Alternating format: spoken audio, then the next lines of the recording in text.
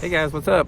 Welcome back here to today's edition of Intuitive Angling, and really appreciate you guys joining me for the second competition day report here at the Toyota Series tournament on Lake of the Ozarks. Going to give you a rundown how my day went today on the second day of the tournament, and sort of go over what you can learn from it as far as what happened in the tournament here. It might help you guys catch some more fish, so we'll get into that in today's video.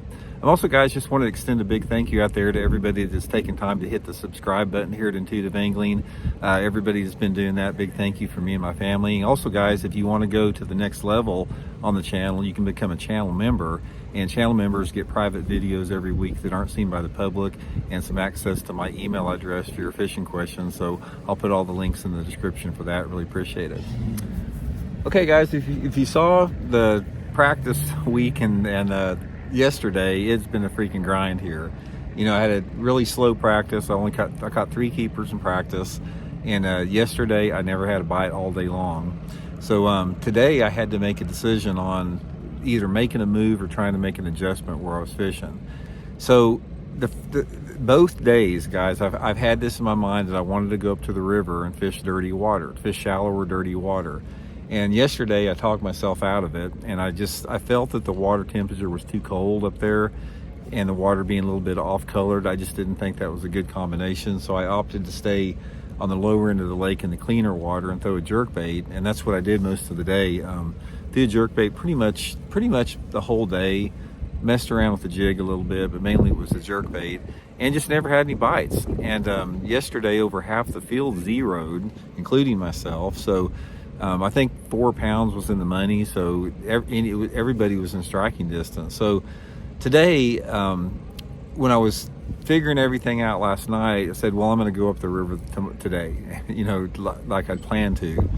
And again, on the drive up from Springfield, I talked myself out of it again. I got thinking about it, and it's like, okay, if I run all the way up there and they're not biting, I don't have any other options. It's like I can't bounce around a little bit if it's just not happening. And I felt if I would go back down to the lower end down there, I saw quite a few fish on my 2-dimensional sonar that I know were bass that I couldn't really get to bite. I decided my better option would be to go back down there and adjust my techniques and the tactics. So yesterday I'd been fishing a jerkbait down there, and I noticed on the graph that a lot of those fish were hugging the bottom in about 25 foot of water, and some of them were up high. Those are the ones I was hoping to catch on the jerkbait. So I made a commitment to try to fish a little bit deeper. So I tied on that Megabass, the blade bait, Megabass blade bait they make, and a spoon, and I put an Ed rig on and a jig and some bottom baits. Went back in there to the areas where there was a bunch of fish in there and fished it super slow for like 2.5 hours and never had a bite. So I could see the fish in there. They just were not biting. They were probably just stuffed full of shad. So I decided to make a run and go up to the gravelly arm, way in the back of the gravelly arm, to try to get in a little bit more off-colored water, or just into some areas that had been frozen solid last week. So I went up there and bounced around for 2 or 3 hours, never had a bite up there. So I decided to go back down to this bay that I saw all the fish in. And, you know, maybe the sunlight, it was warmer in the afternoon than when I was in there in the morning. It was low light, it was pretty dark. You know, I figured maybe going back in there in the afternoon, those fish should fire up with a little bit more bright light intensity. So I get in there, start fishing, and right off the bat, my co-angler catches a nice one, about a 2.5 or 3 pound spotted bass on an Alabama rig, which is the thing I absolutely hate fishing. So next around there, I tied a rig on, fished around in there for a couple hours, never had a bite. And by this time I got like 30 minutes left in the day, ran back down by the takeoff area, fished around there, and never had a bite. So long story short, guys, I zeroed this entire tournament. So I'm not happy right now, to be honest with you guys. I am absolutely disgusted with my decision-making process, because the thing about it in fishing, you should always go with your first instincts. And my first instincts were to fish up the river in that little bit more off-colored water, and I didn't do it. I talked myself out of it both times. I don't know if I'd have caught them up there, but it's like, you know, anything would have been better than not catching anything. So here's my analysis in the tournament, and here's, you know, what I can leave you guys with that's going to help you out. First of all, this tournament, if you didn't have a cheater box, you were out of luck. It was next to impossible to catch a fish without forward-facing sonar. Everybody I talked to caught them with forward-facing sonar with an Alabama rig. So the two things that I hate the worst in fishing, Alabama rigs and forward-facing sonar, were the deal here at Lake of the Ozarks. But the thing about it is I have never seen a situation where there was just no fish shallow. Absolutely nothing going on shallow here.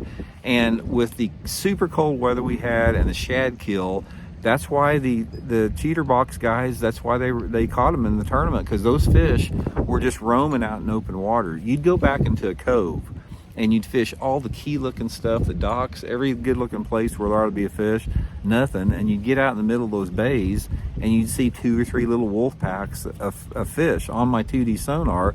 Obviously I'm right underneath them, so I'm not going to catch them being right underneath them. So this was just a situation where with the shad kill and the cold water, those fish were just roaming out in open water. They were just, in singles and small little packs. And the guys that caught them happened to be there at the right time at the right place. And if you happen to pull into one of those little bays or one of those coves out there where those fish are schooled up a little bit, I heard guys catching limits out of one spot. That's the way it is, because this time of year they will school up suspended in pretty large groups. So anyway, guys, it's not the way I wanted to start the season off by having 2 zeros back to back. First time I've ever done. That's the first time I've ever done that in the tournament. It's like the last 2 days, I didn't even have anything that resembled a bite. I'm talking about, it was just like I was just casting in a dang bathtub that I just filled up with water. It's like nothing. It's like not a nibble, not a bite, not even getting hung up. It's like, man, I got to go find some place and catch some fish, man, because it's been brutal. Well, the last 3 days, I didn't catch one the last day of practice. I had 1 bite.